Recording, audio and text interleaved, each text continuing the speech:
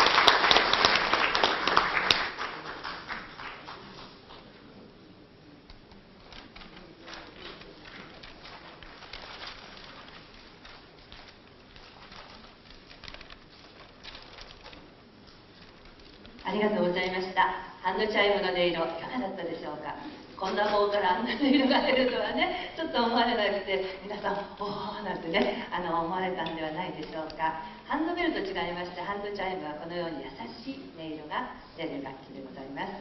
それでは2曲目の紹介をさせていただきます。次の曲は「フォーユー」、漢字で「フォーユー」なんですけれどもね、英語で「フォーユー」あなたというような意味でもね捉えてもいいと思います。この曲は東京都日蓮宗長源寺のご住職様が作られた曲なんです。作詞は同じく日蓮宗の石川教長さんという方です。この方は平成14年に宣言されております。詩の中に「あなたと共に苦しい時も辛い時も微笑み忘れず For you with you for you」と5番まである詩にすべて「微笑み忘れず」の言葉があります。これは石川教長さんの思いが伝わってくる詩です。小気味よく入る出だしから明るいイメージが膨らんだ演奏をお楽しみください。それでは「For you」を演奏いたします。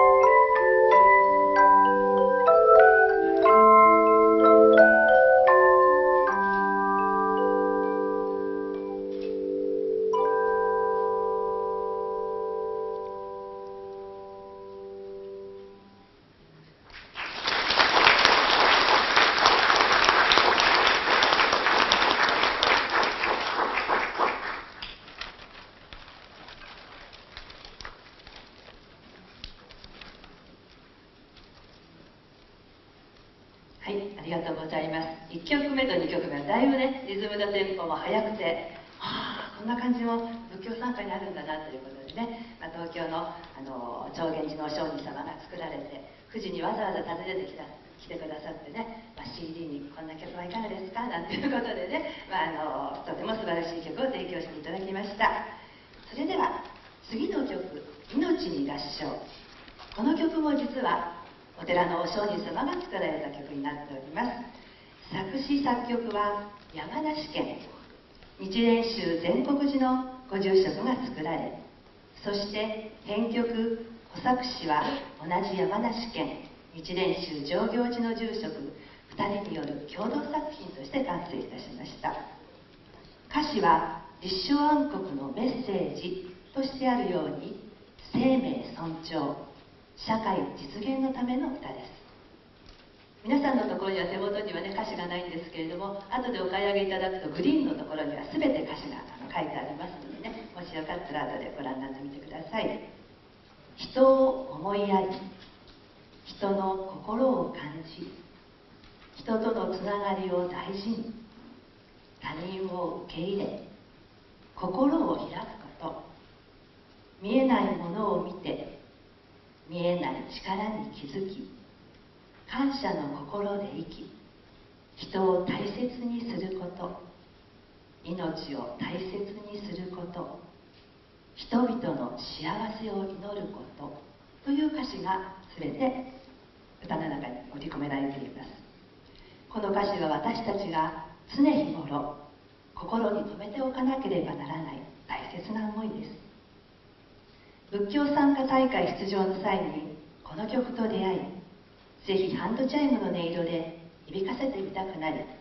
ご住職様にお許しを得て下田和夫先生の編曲でできた素敵な一曲です。